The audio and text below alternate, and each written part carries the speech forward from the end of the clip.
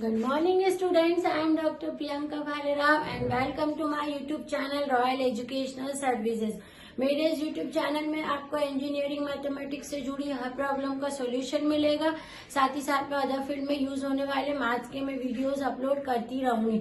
मेरा ये चैनल 9, 10, 11, 12 और जेई के स्टूडेंट्स के लिए भी बहुत यूजफुल है।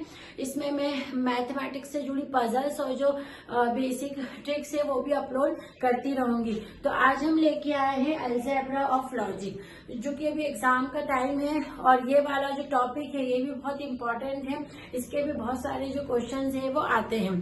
तो अलजेब्रा ऑफ लॉजिक में सबसे पहले हम देखेंगे डिडक्टिव लॉजिक। इसमें मैं आपको स्टेप बाय स्टेप जो है पहले सारी डेफिनेशंस क्लियर करेंगे, फिर उसके बाद में उससे रिलेटेड जो है वो क्वेश्चंस को सॉल्व करेंगे। पहले हम देखेंगे डिडक्टिव लॉजिक। अब डिडक्टिव लॉजिक क्या है? तो लॉजिक का मतलब क्या होता है? लॉजिक का मतलब आपका होता है कि क्या हम जैसे कंडीशंस अप्लाई करते हैं, तो कंडीशन अप्लाई करते हैं तो क्या लॉजिक उसके अंदर लगा है ना। तो अलजेब्रा ऑफ लॉजिक में सबसे पहला जो है हमारा डिडक्टिव लॉजिक एक प्रकार का लॉजिक होता है जो कि हमारे मैथमेटिक्स में यूज होता है। एक्चुअली मैथमेटिक्स है ही लॉजिक, पर ये क्या है स्पेशल उसकी डेफिनेशन को फोकस किया है। ये जो लॉजिक्स होते हैं ये कैसे होते हैं, इनकी वैल्यूज जो है बाय वैल्यूड होती है। मतलब क्या होती है कि या तो एक वैल्यू हो सकती है या दूसरी वैल्यू हो सकती है। इस तरह से जैसे कि हम लॉजिक की बात कर रहे हैं तो यहाँ पर अलजेब्रा ऑफ लॉजिक्स में क्या होता है, ट्रू और फॉल्स की जो वैल्यूज रहती है यहाँ, या तो स्टेटमेंट की वैल्यू ट्रू आती है या स्टेटमेंट की वैल्यू फॉल्स आती है। तो वही चीज मैंने यहाँ पर लिख के रखी है कि the statement will have to possibility. दो पॉसिबिलिटी होती है यहाँ पर, या तो वो ट्रू वैल्यू देगा या फॉल्स वैल्यू होगा। कभी भी ऐसा नहीं होता है कि किसी स्टेटमेंट की ट्रू और फॉल्स दोनों मिला के वैल्यू आ जाए। तो ये जो है आपके डिडक्टिव लॉजिक्स होते हैं। इसके अंदर आपको बस ये ध्यान में रखना है कि कोई भी स्टेटमेंट की वैल्यू या तो ट्रू आती है या फॉल्स आती है, कभी भी दोनों वैल्यूज जो है वो साथ में नहीं आती है। ठीक है, तो ये ट्रू और फॉल्स का हमारा कंसेप्ट है। उसके बाद में जो इसके स्टेटमेंट होता है उसका क्या मीनिंग होता है? यानी स्टेटमेंट जो है वो एक टाइप का सेंटेंस रहता है, मतलब जो आपको बताता है कि जो उसकी स्टेटमेंट की वैल्यू है वो ट्रू है फॉल्स क्या ये, पर दोनों नहीं आ सकती। और दूसरे शब्दों में हम ये कह सकते हैं कि जो आपकी ट्रूथ वैल्यूज हैं, ठीक है, वो बताता है जो स्टेटमेंट कैसे, जैसे अगर अपन ने लिख दिया कि भोपाल जो है वो कैपिटल है एमपी की, ठीक है, तो पूरा एक स्टेटमेंट अपन ने लिख दिया कि Bhopal is capital of MP. अब ये क्या है, ये सही है, ट्रू है। तो वो जो ट्रू वैल्यू है वो किस स्टेटमेंट को देखकर आई है, ठीक है, तो उसको आप बोलते हो स्टेटमेंट ऑफ प्रीपोजिशंस। ठीक है, समझ में आया? जैसे कि एग्जांपल मैंने यहाँ पर देके रखा है x:(x² = 36 और आपको दो वैल्यूज x के देके रखी है 6 एंड -6। तो सही है ना ये बात, क्योंकि जब हम इस x की वैल्यू जो है वो 6 रखेंगे यहाँ पर और 6 को 2 बार मल्टीप्लाई करेंगे तो 36 आएगा। तो क्या हो गया, और -6 रखेंगे तो -6 को भी आप मल्टीप्लाई करोगे तो 36 आएगा। मतलब ये पूरा एक डिक्लेरेटिव सेंटेंस हो गया इसका, और उस डिक्लेरेटिव सेंटेंस की यहाँ पर ट्रूथ वैल्यू कैसी है, ट्रू है ना। अब दूसरा मैंने लिया है 3 = 9। क्या 3 9 से बड़ा होता है? नहीं होता है ना। तो इसका ट्रूथ वैल्यू क्या हो गई है, फॉल्स हो गई है। ठीक है, तो ये आपका स्टेटमेंट और प्रीपोजिशन था। जो स्टेटमेंट से आपको ट्रूथ वैल्यूज निकालनी रहती है उनको आप बोलते हो स्टेटमेंट और प्रीपोजिशन। नेक्स्ट हम आते हैं स्टेटमेंट लेटर्स और सेंटेंस वेरिएबल। एक ही चीज है दोनों, मतलब कोई भी जैसे स्टेटमेंट हम लिख रहे हैं, जैसे मैंने लिखा Bhopal is capital of Madhya Pradesh, है ना, उस स्टेटमेंट को एक अल्फाबेट से डिनोट किया जाता है। सपोज मैंने वो डिनोट किससे कर लिया, पी से कर लिया, है ना। अब ये जो होता है लेटर, ये कैसे हो सकते हैं, कैपिटल भी हो सकते हैं, स्मॉल भी हो सकते हैं। ऐसी कोई कंडीशन नहीं है कि कैपिटल या से ही या डिनोट करना, स्मॉल पी से भी डिनोट कर सकते हैं। तो ये जो डिनोट करते हैं ना यहाँ पर, इसको आप बोलते हो स्टेटमेंट लेटर्स और सेंटेंस वेरिएबल। मतलब कोई भी जो आपका स्टेटमेंट और प्रीपोजिशन रहेगी उसको मेंशन करते हैं यहाँ पर, उसको डिनोट करते हैं कोई भी एक अल्फाबेट से, उसको अपन बोलते हैं स्टेटमेंट लेटर्स और स्टेटमेंट वेरिएबल। ठीक है, अब उसके बाद में आता है लॉजिकल कनेक्टिव्स और सेंटेंस कनेक्टिव। लॉजिकल कनेक्टिव और सेंटेंस कनेक्टिव मतलब होता है कुछ सिंबल्स जो हैं हम इसमें यूज करते हैं। ठीक है, जब हम ये लॉजिक्स की बात कर रहे हैं तो आप इसमें देख रहे हैं कि कुछ सिंबल्स जो है वो यूज होते हैं। वो सिंबल्स का मतलब होता है कि दो स्टेटमेंट और सेंटेंस को कंबाइन करते हैं वो। ठीक है, तो जो कंबाइन करने वाले सिंबल्स होते हैं उनको आप क्या बोलते हो, लॉजिकल कनेक्टिव्स। कनेक्टिव्स वर्ड जो है वो बार बार आएगा, उसका मतलब आपको याद रखना है कि ये वो सिंबल्स है जिससे कि दो सेंटेंस और स्टेटमेंट जो है वो कंबाइन होके एक कंपाउंड सेंटेंस और कंपाउंड स्टेटमेंट जो है वो बनता है, वो लॉजिकल कनेक्टिव्स और सेंटेंस कनेक्टिव्स कहलाते हैं। जैसे कि ये टेबल हम यहाँ पर देख रहे हैं, जहाँ मैंने कनेक्टिव वर्ड्स जो है वो लिखे हैं, उनका नाम लिखा है कि वो क्या होते हैं और उनको किस सिंबल से डिनोट किया जाता है। जैसे नॉट, ठीक है, नेगेशन है ना, डिनाई वाला है। अब डिनाई आता है तो इस टाइप का ये सिंबल यूज होता है, ऐसा। ठीक है, कैसा, ऐसा ये सिंबल, या फिर ये ऐसे भी डिनोट करते हैं। तो जब ये वाला कनेक्टिव आए तो आपको समझ में आना चाहिए ये नॉट का है, यानी नेगेशन, नहीं के लिए है। एंड सब समझते हैं, कंजक्शन होता है, एंड को कैसे डिनोट करते हैं, ऐसे उल्टा वी से। ठीक है, अब और जो है डिसजंक्शन होता है, इसको कैसे करते हैं, ऐसे। ठीक है, सारे सिंबल लिखे। इफ देन, इफ वाली आ गई चीज यानी कंडीशनल हो गया। वो ये हम सभी जानते हैं, मैथ्स में इफ एंड ओनली इफ वाला शब्द बहुत आता है। तो इफ आ गया यानी इफ और देन आ गया तो कंडीशनल हो गया। कंडीशनल हो गया तो ये इम्प्लाइज के इस तरह से, या तो सिंगल ऐसा होगा या इस तरह से होगा। अब if and in only if यानी बाई कंडीशनल भी होता है हमारे मैथ्स में। बाई कंडीशनल यानी इफ एंड ओनली इफ, ये है तो वो है। ठीक है, तो ये आपके लॉजिकल कनेक्टिव्स हो गए हैं जो कि दो स्टेटमेंट और सेंटेंस को कंबाइन करने के काम आते हैं और एक नया कंपाउंड सेंटेंस जो है बनाते हैं।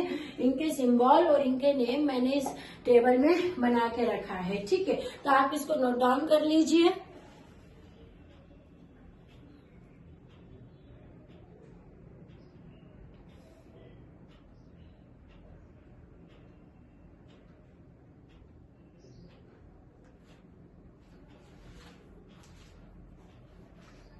अब इसी में हम आगे देखेंगे कि जो इसमें ब्रैकेट्स भी यूज होते हैं। अब जो ब्रैकेट्स यूज होते हैं ना, उनका मीनिंग बदल जाता है यदि आप ब्रैकेट को गलत जगह यूज कर लेंगे। इसलिए जब भी इनमें ब्रैकेट्स का मतलब हो तो आपको वो ब्रैकेट का सही मीनिंग समझ में आना चाहिए। ठीक है, तो जो नेक्स्ट हमारा टॉपिक है वो है यूज ऑफ ब्रैकेट्स, है ना,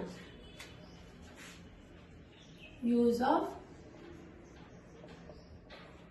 ब्रैकेट है वही जनरल चीज जो ब्रैकेट अपन यूज करते हैं। पर क्या होता है, जैसे कि मैं एक स्टेटमेंट लिख रही हूँ, ब्रैकेट ये P and Q implies R, है ना, एक ऐसा लिखा है मैंने, और दूसरा कैसा लिखा है, ऐसा लिखा है ना।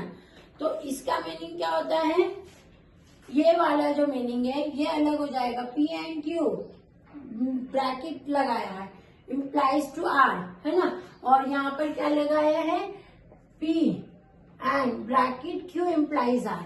मतलब दोनों सेंटेंस का जो मीनिंग है वो ब्रैकेट के कारण कैसा हो जाता है, चेंज हो जाता है।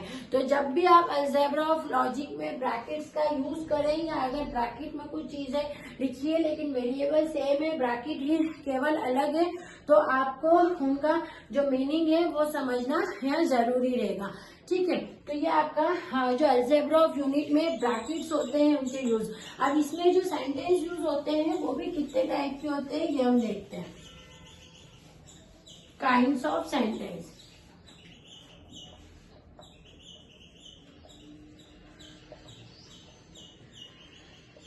काइंड्स ऑफ सेंटेंस, है ना। अब इसमें होते हैं सिंपल सेंटेंस और कंपाउंड सेंटेंस, है ना, दो ही टाइप होते हैं इसका। फर्स्ट होता है आपका सिंपल सेंटेंस और दूसरा जो आपका होता है कंपाउंड सेंटेंस। ठीक है। तो अब सिंपल सेंटेंस का मीनिंग क्या होता है? सिंपल सेंटेंस का मीनिंग होता है कि वो आपके सेंटेंस जिसके अंदर कोई भी कनेक्टिव्स नहीं होते हैं, है ना। Has no connectives. और कंपाउंड सेंटेंस वो होते हैं जिसमें हैज वेरियस कनेक्टिव्स, है ना। समझ में हमको नाम से ही आ रहा है, सिंपल है यानी कोई भी कनेक्टिव्स नहीं है। कनेक्टिव्स क्या? ये लॉजिकल कनेक्टिव जो दो स्टेटमेंट को कंबाइन करके कंपाउंड स्टेटमेंट देते हैं। यदि सिंपल सेंटेंसेस में कोई भी कनेक्टिव्स नहीं दिख रहे हैं तो वो सिंपल सेंटेंस होते हैं। कंपाउंड सेंटेंस होते हैं जिसके अंदर बहुत सारे आपको कनेक्टिव्स जो है वो नजर आएंगे। तो ये दो टाइप्स के हमारे इसमें सेंटेंस होते हैं, ठीक है। इसके साथ ही हम देखते हैं ट्रूथ टेबल क्या होती है, क्योंकि जो अलजेब्रा ऑफ यूनिट में आपको ट्रूथ टेबल जो है वो फॉर्म करनी पड़ती है। ट्रूथ टेबल क्या होती है? मतलब डेफिनेशन के अकॉर्डिंग अगर बात करें ट्रूथ टेबल की,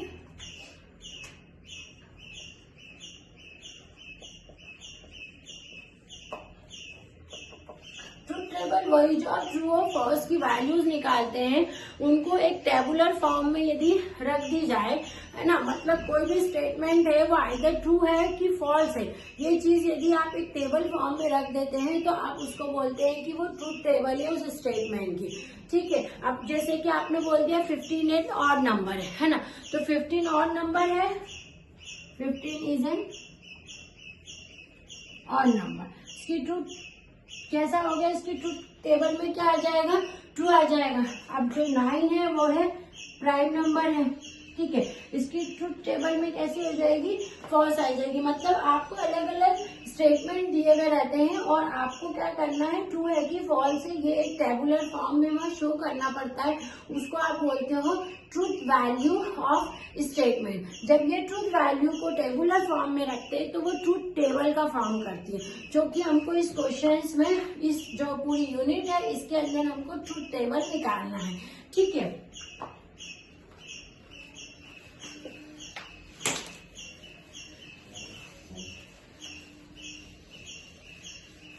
आपको कंडीशंस पे ध्यान देना पड़ेगा कि जो भी कंडीशंस उसमें आ रही हैं वो कंडीशन किस टाइप की हैं, ठीक है। तो उसके अकॉर्डिंग आपको क्या करेंगे, जो कनेक्टिव्स हैं उनको यूज करके आपको ट्रूथ टेबल्स जो है वो बनानी होती है, ठीक है। अब जैसे कि आपको कुछ क्वेश्चंस आ जाते हैं, आपको क्वेश्चंस देके रखे हैं, which of the following statement of the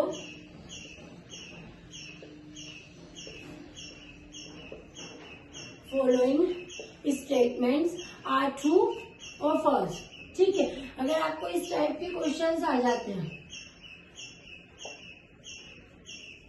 जैसे मैं लिख रही हूँ यहाँ पर 16 + 9 पहला है ना, इक्वल्स टू अपन लिख रहे हैं 4 स्क्वायर प्लस 3 स्क्वायर, है ना। दूसरा अपन लिख रहे हैं 9 × 7 इक्वल्स टू अपन लिख रहे हैं 21 × 3, ठीक है।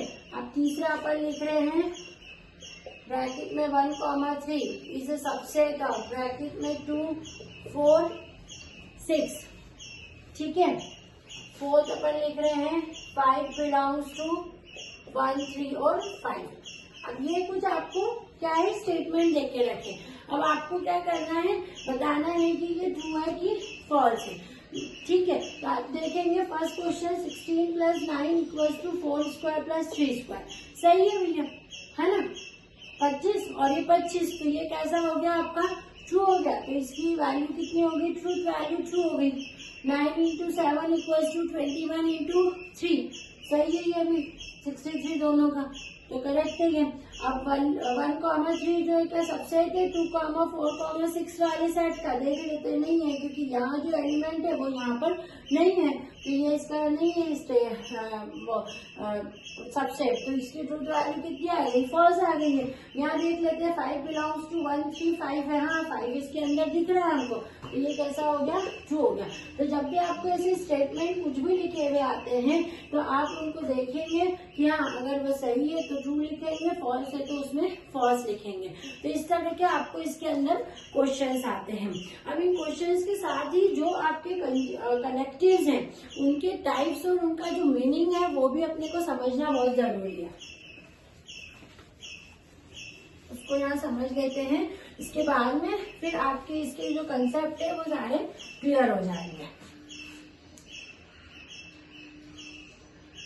Basic logical operations.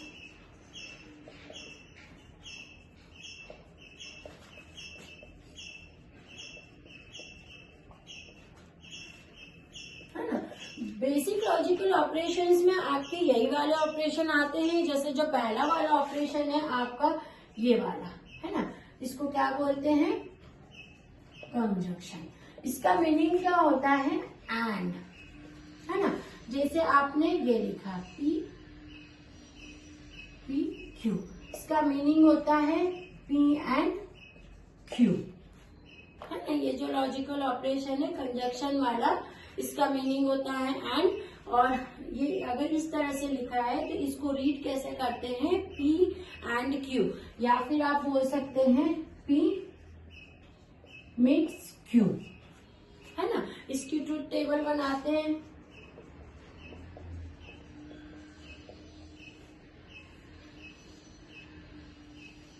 ठीक है, P Q P and Q, ठीक है। अब इसकी वैल्यूज ले लेते हैं, ट्रू ट्रू, तो P एंड Q भी ट्रू है आपका, है ना। अब यहाँ पर ले लो true, false, false, true, false, false. ऐसे आपको ट्रूथ टेबल जो है वो फॉर्म करनी रहती।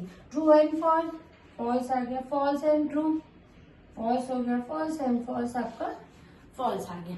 तो ये P एंड Q की कंजक्शन वाला जो बेसिक लॉजिकल ऑपरेशन है उसकी ट्रूथ टेबल है ये, ठीक है। जिसको कैसे पढ़ते हैं, P एंड Q या फिर P मिड्स Q।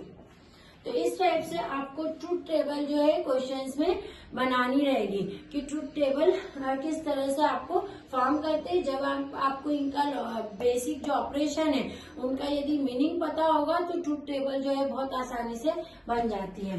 नेक्स्ट वाला है हमारा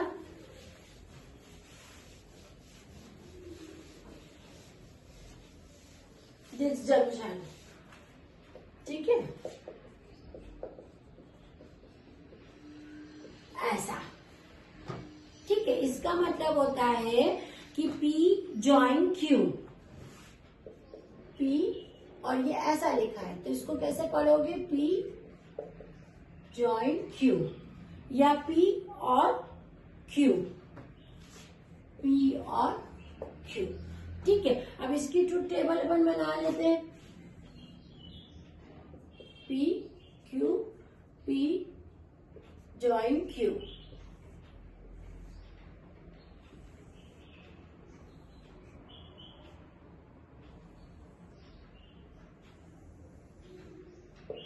है ना।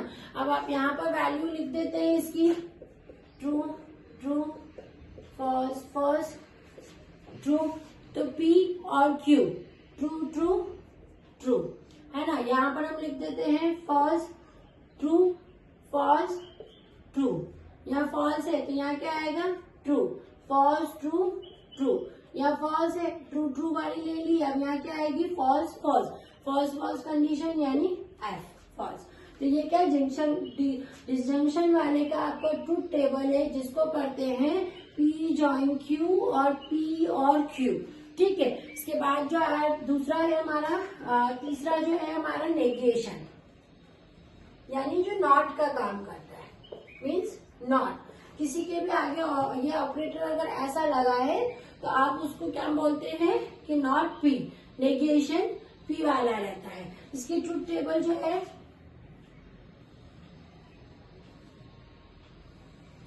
इस टाइप से बनती है, ये पी है और ये नेगेशन पी है। अगर ये ट्रू है तो नेगेशन ऑब्वियसली फॉल्स ही होगा, यदि ये फॉल्स है तो नेगेशन जो है वो ट्रू होगा। तो ये नेगेशन वाले की आपकी ट्रुथ टेबल है। और जो आपका लास्ट वाला इसमें लॉजिकल ऑपरेशन है वो है आपका, इधर बता देती हूँ, ठीक है।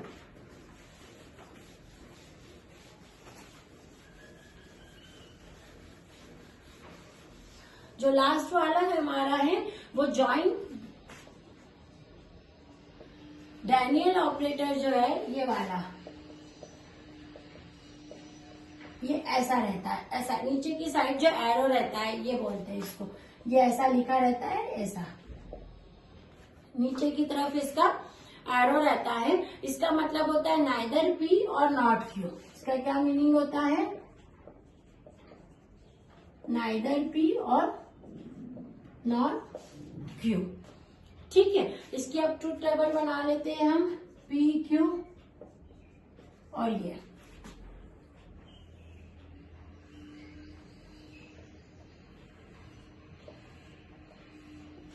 ठीक है।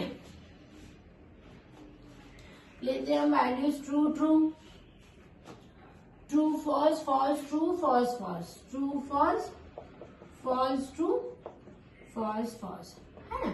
अब इसका मतलब क्या होता है, नाइदर पी और नॉट क्यू, ठीक है। तो ट्रू ट्रू ये तो फॉल्स में चला गया, ट्रू फॉल्स जो फॉल्स हो गया, फॉल्स ट्रू फॉल्स हो गया, फॉल्स फॉल्स ट्रू हो गया, क्योंकि ना तो पी है और ना ही क्यू है, तो वो कैसा हो गया, फॉल्स में चला गया।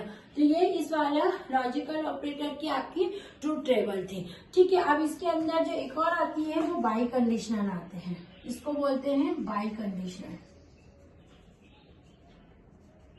Means if and only if वाला जो कंसेप्ट है, यदि पी है तो क्यू है, ठीक है। इफ एंड ओनली इफ, जो कि हमारे मैथ्स में बहुत ज्यादा चलता है, इफ एंड